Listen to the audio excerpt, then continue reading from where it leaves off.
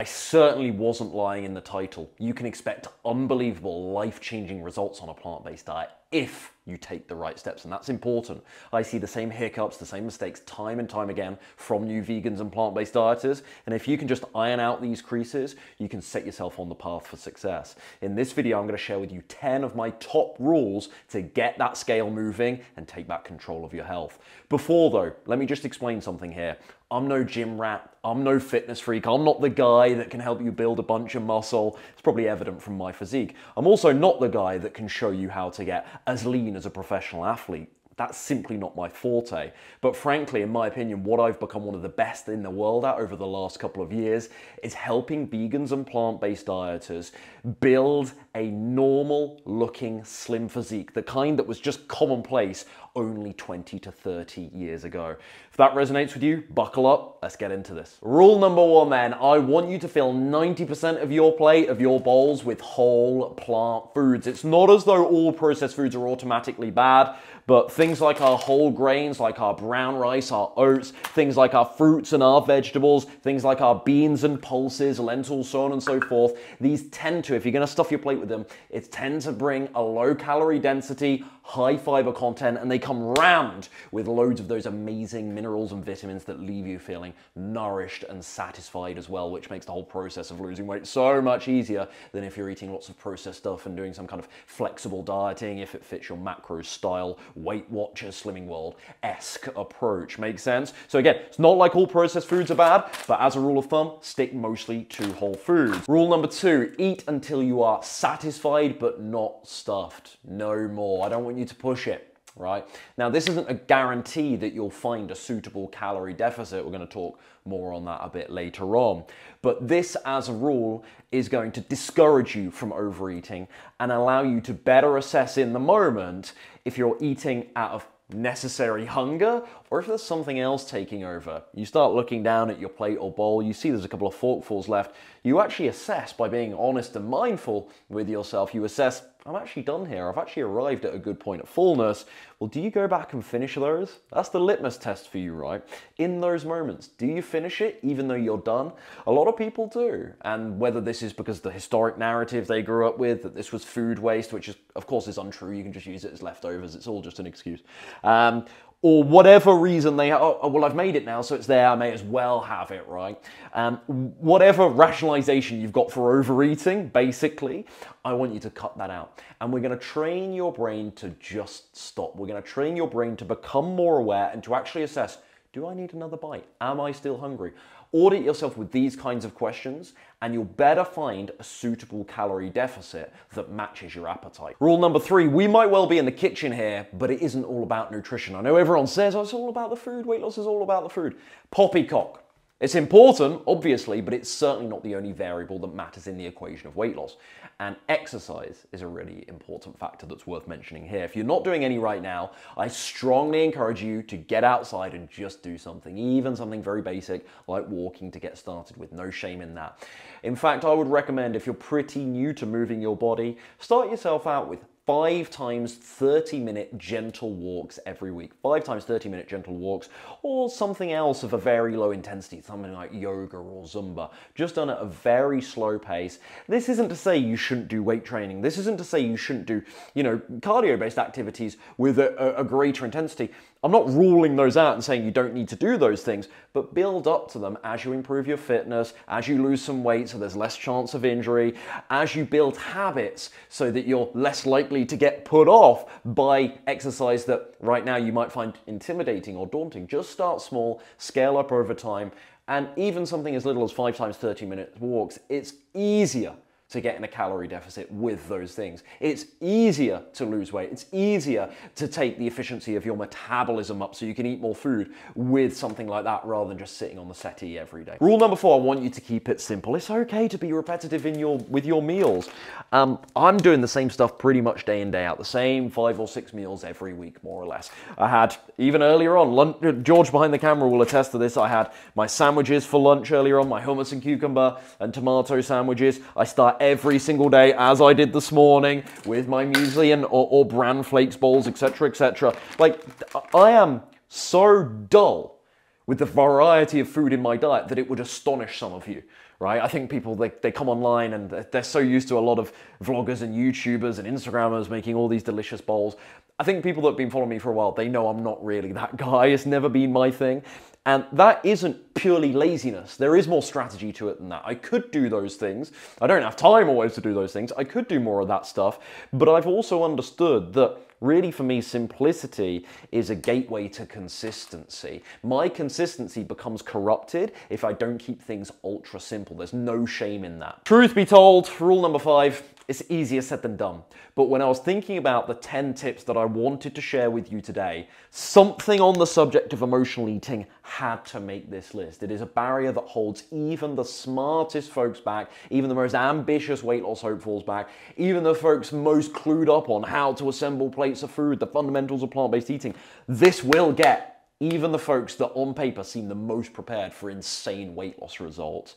Stop using food as a reward, as a treat, as a pick-me-up, and start seeing it as fuel. Again, I know, easier said than done. I'm saying it very flippantly here, but you have to break that connection in your mind, that association of negative feelings to food. So many people have inbuilt this pattern of behavior to whereby when they feel an ounce of stress, an ounce of boredom, an ounce of loneliness, a sense that I deserve something here. I deserve to reward myself. I've had a difficult day. I had a successful day. I deserve a treat, right? To celebrate my efforts. So many people have got food as being part of the vehicle to those feelings, or to at least soothing, succumbing, stuffing down, or enhancing those feelings. If it's something positive, enhancing them.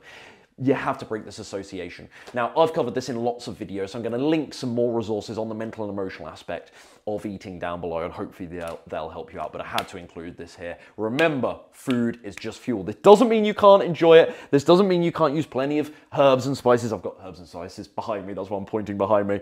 It doesn't mean you can't use a bit of hot sauce, bit of ketchup to bring your food to life. You don't have to eat bland stuff. You can still enjoy it, but we are taking the emotion out of it as best as we humanly can. Rule number 6, fresh fruits, raw veggies with hummus. These make incredible snacks. There are other snacks that I have my clients eat. My chia, actually I've got one remaining, my chia and raisin oatmeal cookies.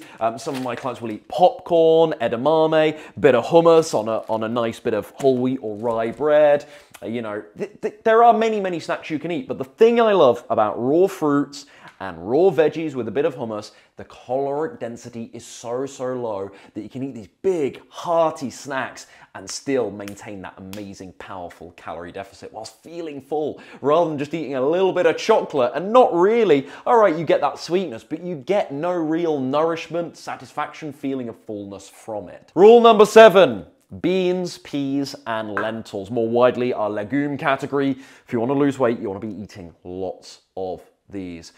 For a litany of reasons, but the one I want to talk about today is that they are amazing for fullness. If you can actually stay physically full and mentally / emotionally, biochemically, many ways that this manifests, satisfied, then your time being in a calorie deficit is going to feel like a cheat code. You are going to watch that scale drop and you're going to have the feeling that my clients do, this is wrong, Ryan.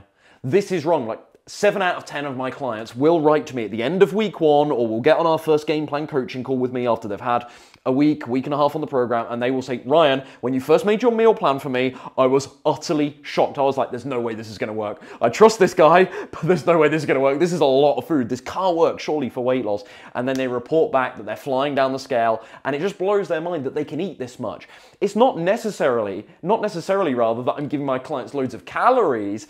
It's rather just bang for their buck. For the calories that I give my clients, the planning, the nutrition planning that goes into designing their meal plans, with use of things like beans, for example, as one strategy, I can let my clients feel so full, no chance of deprivation. It really doesn't feel like they're being restricted, whilst also seeing that scale drop. And there's many foods that help with this feeling of satiety, but beans, peas, and lentils, big food group in this category. Rule number 8, if you are tracking calories, aim for a moderate, not aggressive calorie deficit. Some people, they go so severely, whether knowingly or not, with their calorie deficit. They're doing something like a juice fast, they're doing something like intermittent fasting.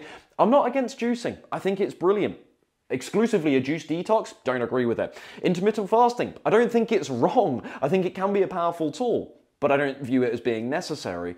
These things also when done to extremes, can take so many calories away from one's diet that people actually hugely undereat. And weight loss in the short term will be fantastic, but the risk of crashing and burning, the risk of it simply being unsustainable, the metabolic and hormonal ramifications, yeah, again, you'll lose weight in the short term, but what's going to happen to the efficiency of the metabolism if you keep driving those calories so low, again, whether knowingly or not. I much prefer to start my clients at a way more conservative, way more moderate calorie deficit, and we bring them down, bring their calorie intake down in line with what the scale shows, rather than just siphoning off loads of calories just because a calorie calculator online told us to, and then being absolutely ravenous. That's no good. Number 9 here, reduce oil intake.